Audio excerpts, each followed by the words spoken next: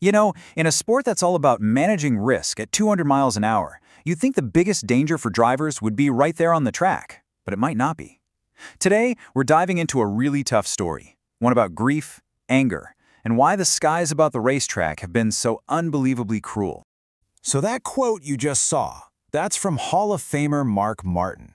And his words, they just cut right to the heart of this painful, strange reality within the sport. I mean, what does he mean when he says aviation has been savage to the racing world?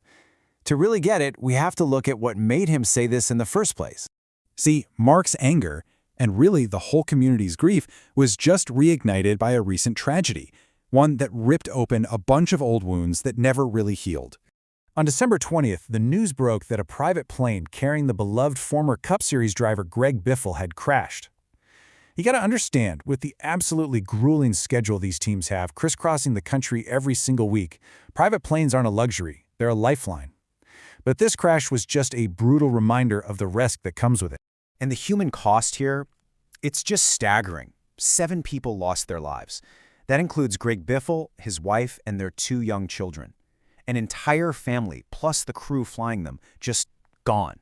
In an instant. It wasn't just the loss of a driver. It was the complete loss of a family. And this is what gets to the heart of Mark Martin's frustration. This wasn't some random, isolated event. For the NASCAR community, this tragedy feels like a painful echo from a past that just refuses to stay buried. And just look at this timeline. It lays it all out.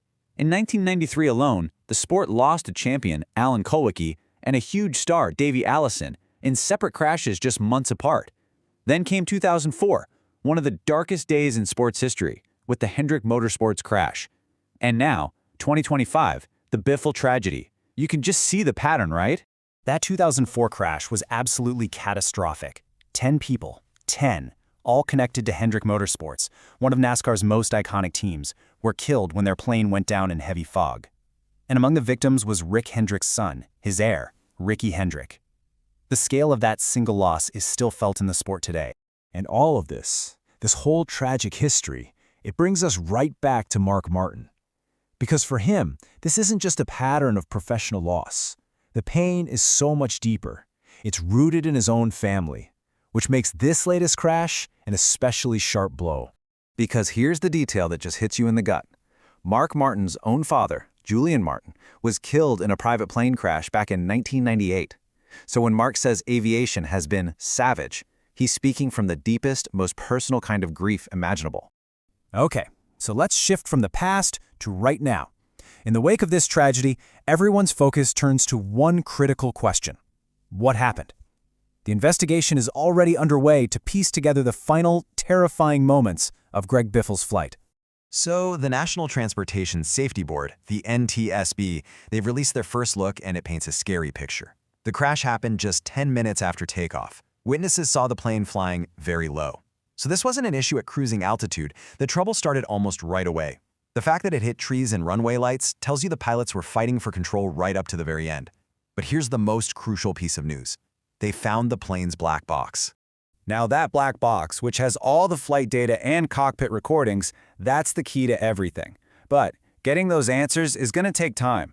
We might get a preliminary report with a few more clues in about a month, but the full, final report, the one that will tell us exactly why this happened, that could be a year, maybe a year and a half away.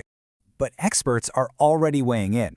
Aviation attorney Pablo Rojas points out that the pilots tried to turn back to the airport incredibly fast. And that move, he says, clearly points to some kind of sudden, really serious mechanical failure. They knew they were in big trouble almost immediately. So what could that issue have been? Well, you might think maybe one engine failed. And yeah, that's a serious problem. But a plane like this is actually designed to be able to land safely with just one engine. The fact that they couldn't suggests the problem was way more severe. Maybe a catastrophic failure of both engines, or something else that made the plane completely uncontrollable. And all of this leaves us with this really profound, unsettling question.